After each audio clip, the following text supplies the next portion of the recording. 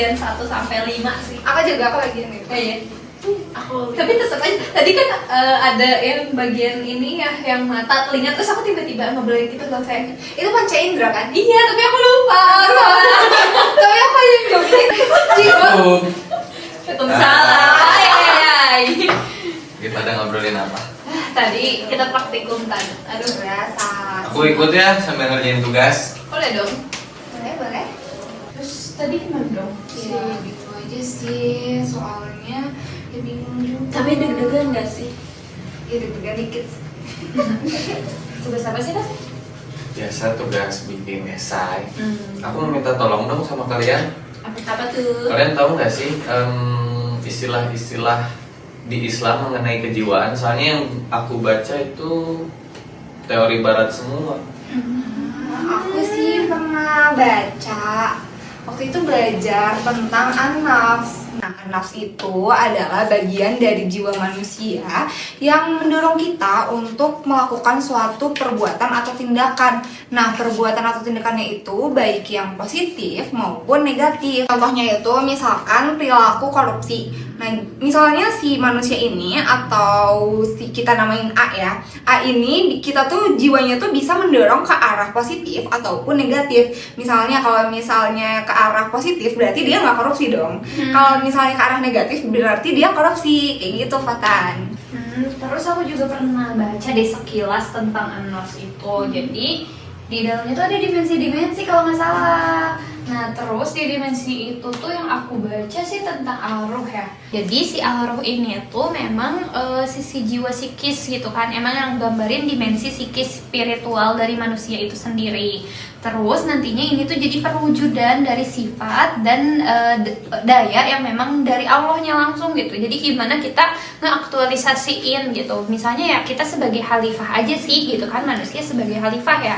Misalnya kayak kita bisa berpikir aja kayak sekarang, itu tuh salah satu dari perwujudan al-ruh gitu. Karena itu yang ngebedain kita sama binatang. Justru ada loh yang emang berkebalikan sama al-ruh, namanya tuh al-hayawan.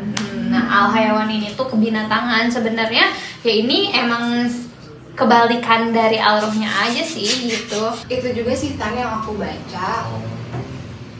Sungguhnya beruntunglah orang yang mensucikan, maksudnya. Jadi kayak di Maaf deh, tapi aku juga pernah baca di sekilas kalau misalnya an-nafs tuh ada dimensi lainnya, tapi aku lupa apa ya. Ada yang tahu nggak?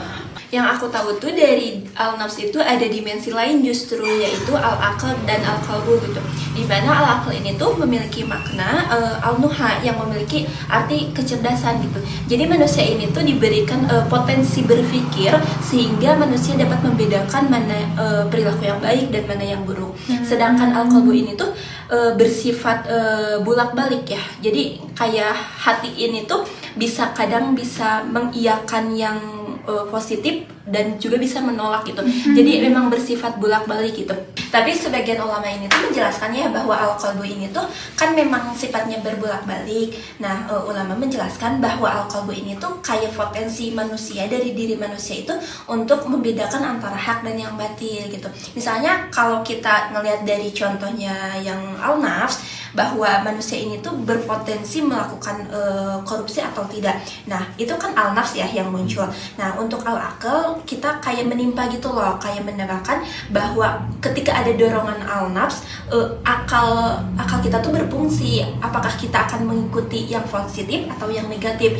Nah, ketika al-aql aktif, al-qalbu juga ikut aktif untuk mendorong gitu. Gitu ya. Iya, seperti itu. Tapi ini ada dimensi lain loh yang menjelaskan tentang jiwa. Ternyata ada dimensi al-fitrah, di mana al-fitrah ini tuh adalah potensi bawaan manusia sejak lahir gitu. Seperti misalnya naluri untuk beragama atau bertauhid. Tapi terkadang potensi ini tuh terpengaruhi oleh lingkungan sehingga manusia itu ingkar dengan fitrahnya untuk takwa kepada Allah gitu. Kebanyakan sekarang manusia memang hidup tapi tidak mengerti fitrahnya seperti apa gitu, sehingga banyak orang yang memang melenceng dari ketauhidannya gitu. Mungkin seperti itu. Jadi gimana Tan? Udah dapat belum? Jadi apa yang kalian jelasin tadi kurang lebih itu konsepnya sama kayak ego super ego ya? Iya, mirip. Kayaknya konsep yang kalian jelasin tadi tuh bisa buat gambarin motivasi manusia juga ya? Soalnya jadi jelasin tadi kan di An-Nafs. Iya, benar. Ya udah deh, aku mau lanjut ngerjain lagi ya. Makasih banyak loh. Oke. Selamat mengerjakan ya. Terima kasih. Tadi tuh sampai mana sih? Ih, sampai kecerdasan.